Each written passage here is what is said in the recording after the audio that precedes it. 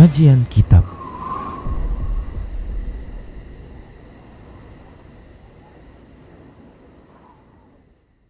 Bismillah, assalamualaikum warahmatullahi wabarakatuh.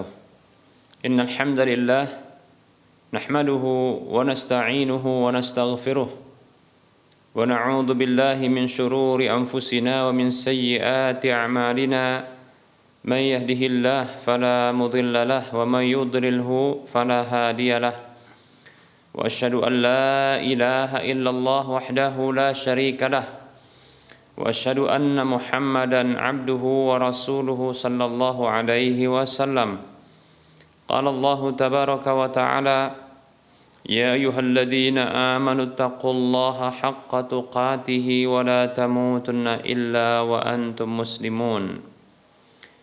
Ya ayyuhan nasu taqu rabbakum alladzi khalaqakum min nafsin wahidah wa khalaqa minha zawjaha wa bassa minhuma rijalan katsiran wa nisaa'a. Wattaqullaha alladzi tasaaluna bihi wal arham innallaha kana 'alaikum raqiba.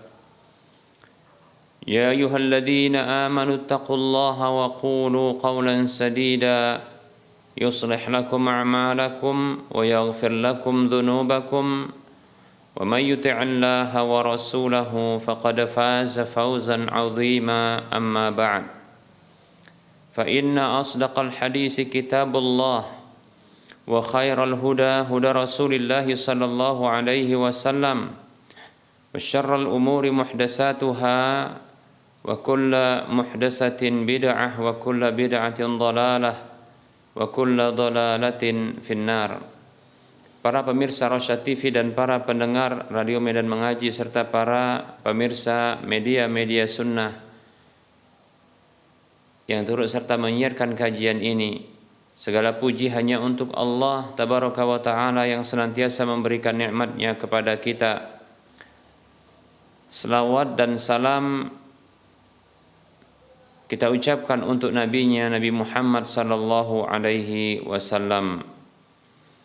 Baik para hamba Allah rahimani wa rahimakumullah.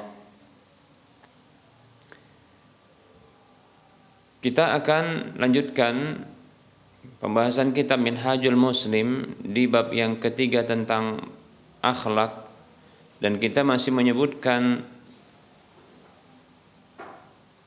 tentang akhlak-akhlak yang tercela, akhlak yang buruk, akhlak yang jelek.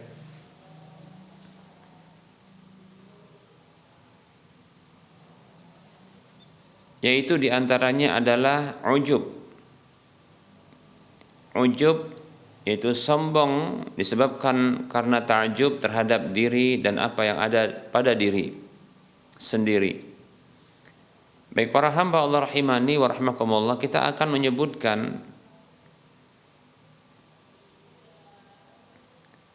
tentang orang-orang atau hamba-hamba atau makhluk-makhluk yang memiliki sifat ujub ini, yang dengan ini Allah Subhanahu wa Ta'ala memberikan balasan buruk kepadanya. Baik para hamba Allah rahimani wa rahimakumullah, nah, di antara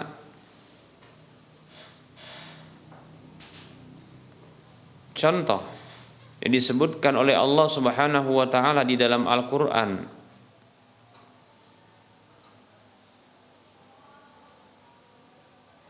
tentang akhlak buruk berupa ujub, para hamba Allah rahimani wa rahimakumullah, ini adalah iblis laknatullah alaih. Contoh buruk dari makhluk Allah memiliki sifat ujub adalah iblis. Semoga Allah mengutuk untuk dirinya.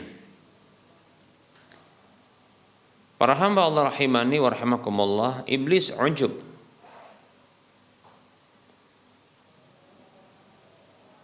Dia ujub terhadap dirinya dan dia tertipu dengan dirinya dan asal usulnya. Ketika Allah Subhanahu wa taala berfirman kepadanya sebagaimana yang Allah Subhanahu wa taala abadikan dalam surah Al-A'raf ayat 12, Allah katakan, a'udzu billahi minasyaitonir rajim, qala ma mana'aka alla tasjuda id amartuk, qala ana khairum minhu khalaqtani min narin wa khalaqtahu min tin.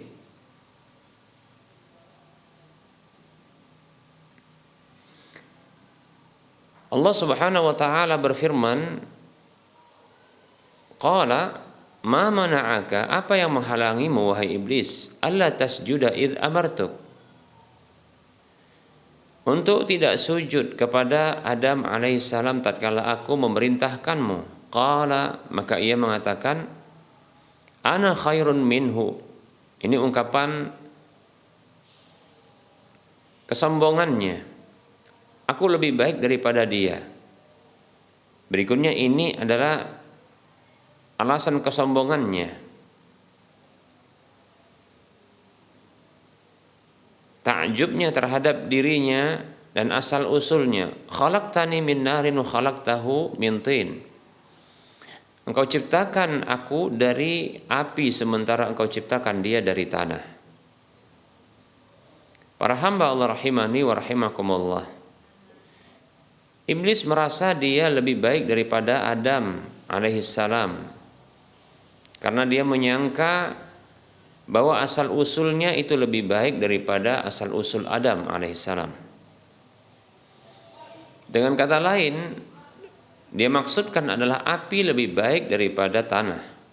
Padahal secara akal, logika dan kenyataan, api tidaklah lebih baik daripada tanah. Dari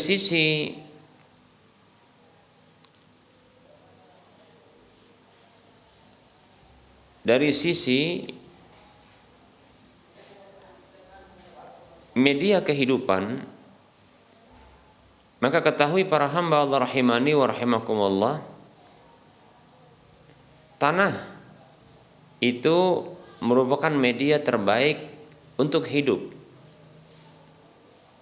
Dan tidak ada kehidupan, baik itu manusia, tanaman-tanaman, tumbuh-tumbuhan, hewan-hewan, binatang-binatang, itu hidup dengan bermediakan api. Tidak ada. Kemudian para hamba Allah rahimani wa rahimakumullah, tanah itu bersifat dingin. Adapun api bersifat panas, membakar, bahkan merusak.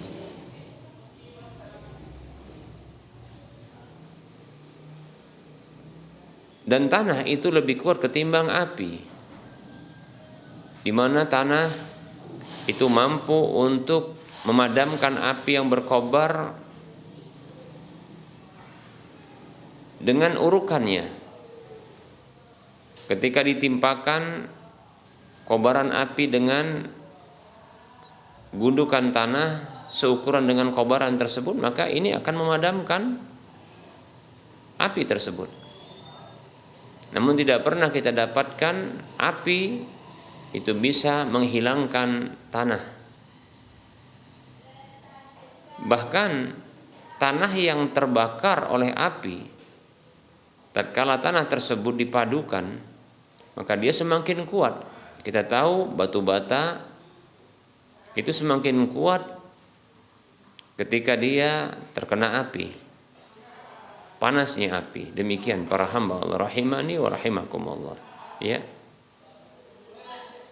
Nah demikian ya, kesalahan logika dari iblis, dan dia tertipu dengan asal usulnya, tertipu dengan dirinya. Maka Allah Subhanahu wa taala mengusirnya dari rahmatnya,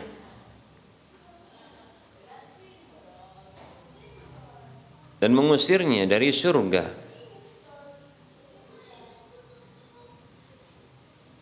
dan menjadikannya termasuk orang-orang yang tercela. Allah Subhanahu wa taala berfirman di dalam surah Al-A'raf ayat 13, ayat selanjutnya. Allah katakan, A'udzu billahi minasyaitonir rajim. Qala fahbit minha fama yakunu laka an tatakabbara fiha fakhruj innaka minas saghirin. Qala, Allah berfirman, fahbit minha, maka turunlah darinya. Maka tidak pantas bagimu untuk engkau bersikap sombong di dalamnya. Maka keluarlah, sesungguhnya engkau termasuk orang-orang yang hina. Demikian. Baik para hamba Allah rahimani wa rahimakumullah. Inilah contoh para hamba Allah rahimani wa rahimakumullah. Contoh ya, dari orang-orang yang memiliki sifat ujub, sombong, takabbur, maka Allah hinakannya. Allah hinakan dia. Dalam ayat yang lain, itu dalam surah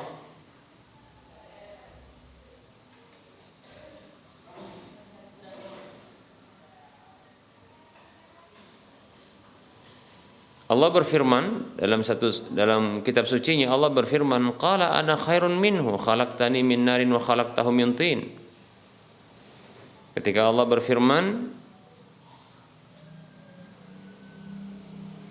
qala ya iblis ma mana'aka an tasjuda lima khalaqtu bi yadayya. Qala ya iblis ma mana'aka an tasjuda lima khalaqtu bi yadayya. Astakbarta am kunta minal 'alin. Qala ana khairun minhu khalaqtani min narin wa khalaqtahu min tin. Qala fakhruj minha fa innaka rajim. Wa inna 'alaika la'nati ila yaumiddin. Allah berfirman, wahai iblis, apa yang menghalangimu untuk sujud terhadap makhluk yang aku ciptakan dengan kedua tanganku? Apakah engkau sombong ataukah engkau termasuk orang yang merasa tinggi? Qala, ia mengatakan, aku lebih baik daripada dia. Engkau ciptakan aku dari api sementara engkau ciptakan dia dari tanah. Allah berkata, maka keluarlah darinya, karena sesungguhnya engkau itu terkutuk. Sesungguhnya bagimu kutukanku sampai hari kiamat. Baik para hamba Allah rahimani rahmakumullah. Ini nasib iblis laknatullah alaih. Nasib iblis laknatullah alaih. Tatkala Allah Subhanahu wa taala mendapati dirinya sombong, angkuh, takabbur, takjub terhadap dirinya, karena takjubnya terhadap dirinya dan asal usulnya, Allah jadikan dia termasuk orang-orang yang dikutuk, orang-orang yang hina, orang-orang yang mendapatkan keburukan sampai hari kiamat. Ayat yang terakhir kita sebutkan tadi dalam surah Sad ayat 75, 76, 77 dan 78. Baik para hamba Allah rahimani wa rahimakumullah. Nah, ini juga menjadi peringatan bagi kita agar kita tidak bersikap sombong, tidak bersikap takabur, tidak bersikap ujub karena sebab takjub terhadap diri dan apa yang ada pada diri sendiri. Baik para hamba Allah rahimani wa rahimakumullah. Insyaallah taala kita akan lanjutkan pada pertemuan yang akan datang menyebutkan contoh-contoh ya dari orang-orang yang atau kaum-kaum yang mereka ini sombong, lalu apa yang Allah berikan kepada mereka. Baik para hamba Allah rahimani wa rahimakumullah, kita buka berikutnya sesi soal jawab.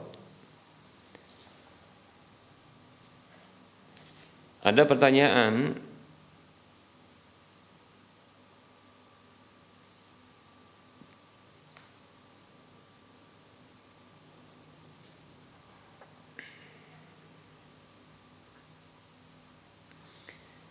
Assalamualaikum warahmatullahi wabarakatuh. Mohon bantuan saran untuk kondisi sebagai berikut Ustaz. Saya kenal dengan seorang akhwat yang tinggal di satu wilayah. Dia sudah hijrah ke manhaj salaf. Namun dia berada di sebuah keluarga yang berpemahaman menyimpang. Hanya akhwat ini yang bermanhaj salaf dan keluarganya menentang seluruhnya terhadapnya. Saya berniat melamarnya, namun keluarganya menolak dengan alasan manhaj salaf itu sesat. Dan profesi saya sebagai seorang guru honorer dan menganggapnya saya miskin dan dianggap saya miskin. Selama setahun ini kami berjuang agar saya bisa datang ke rumah si akhwat melamarnya. Bahkan dengan mahar 50 juta, namun tetap saja keluarganya menolak, walaupun akhwat tersebut menyampaikannya dengan baik-baik keluarganya. Akhwat ini ingin segera keluar dari lingkungannya, namun dia tak berdaya di bawah tekanan keluarganya. Baru-baru ini keluarganya menjodohkan paksa dengan lelaki yang tidak dikenalnya dan bukan bermanhaj salaf. Akhwat tersebut stres akibat paksaan dan tekanan keluarganya. Kami pun tetap berdoa berikhtiar untuk hal ini. Saya sedih juga karena keluarganya masih menolak saya dan belum memberikan hak untuk saya sebagai seorang muslim dan hamba Allah untuk melamarnya baik-baik. Dan hak akhwat tersebut untuk memilih juga dizalimi keluarganya karena harus ikut paksaan perjodohan keluarganya. Secara syariat untuk masalah di atas saya kira-kira harus bagaimana Ustaz? Setiap hari kami terus memohon pertolongan kepada Allah agar kami bisa menikah dan pindah ke tempat tinggal lingkungan yang sunnah. Mohon bantuan saran dan masukannya Ustaz.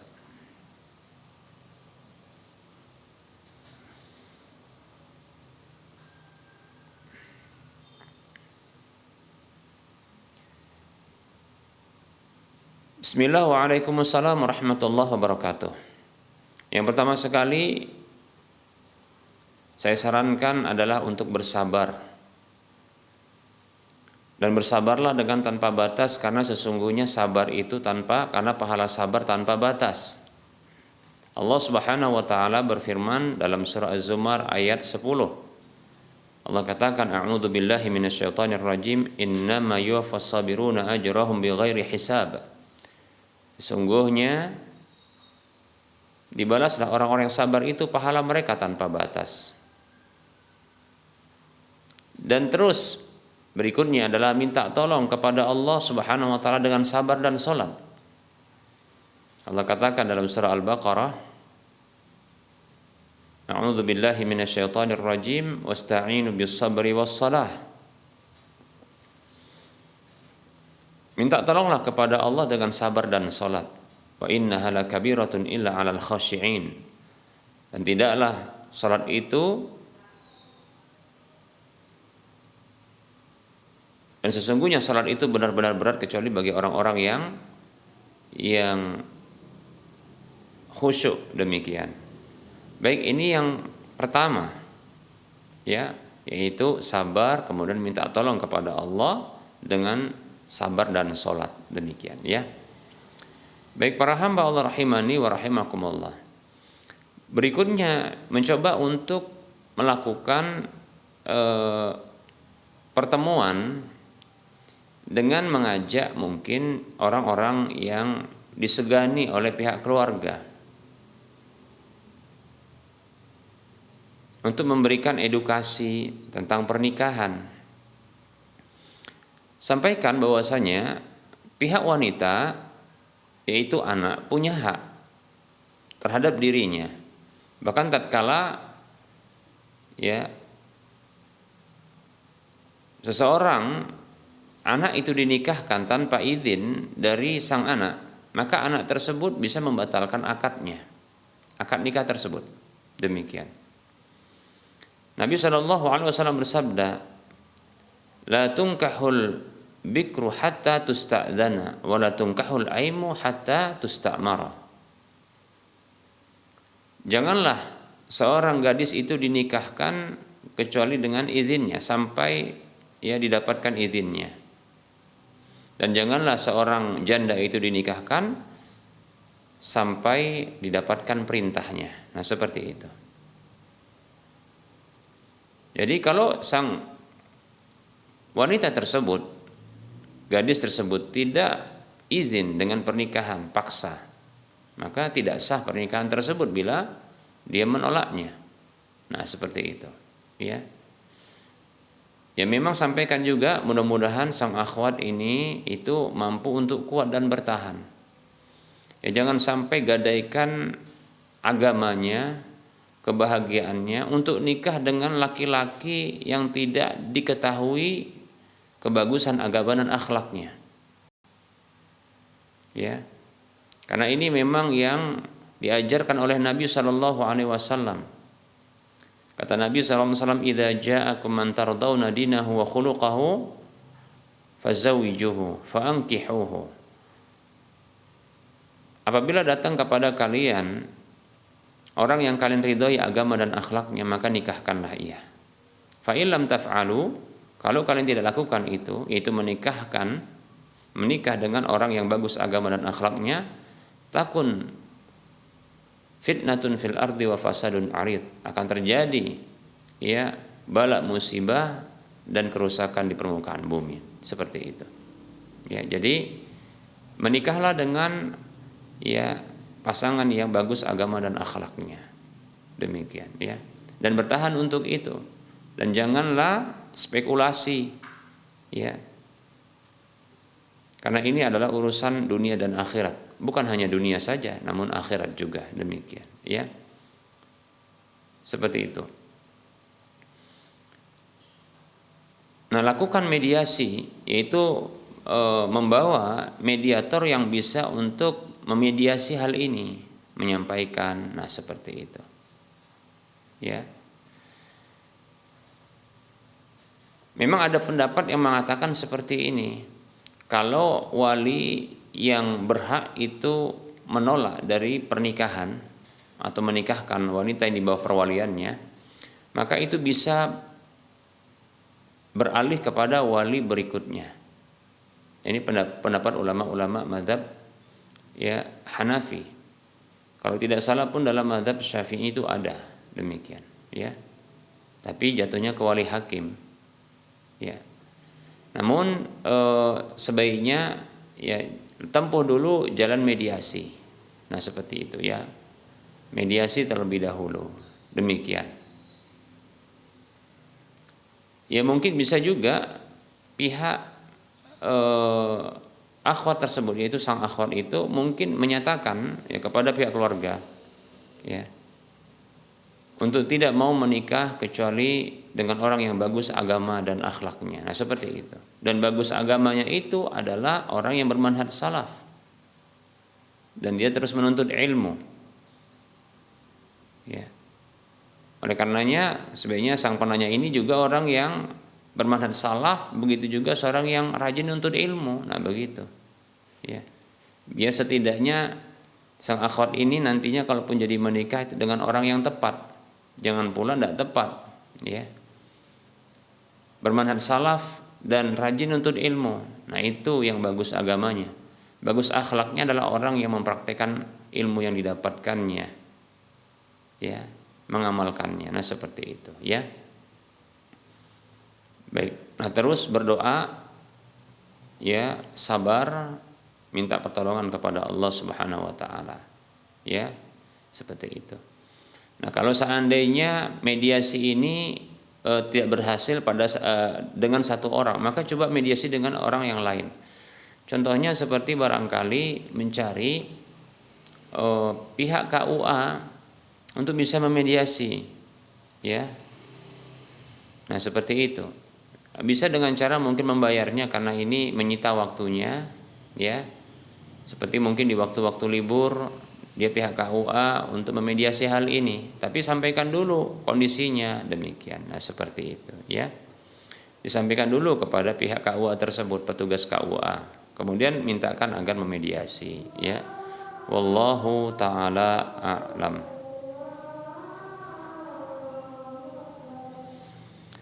Baik para hamba Allah rahimani wa rahimakumullah. Barangkali kita cukupkan terlebih dahulu, ya, kajian kita karena sudah masuk waktu sholat zuhur untuk wilayah Medan dan sekitarnya.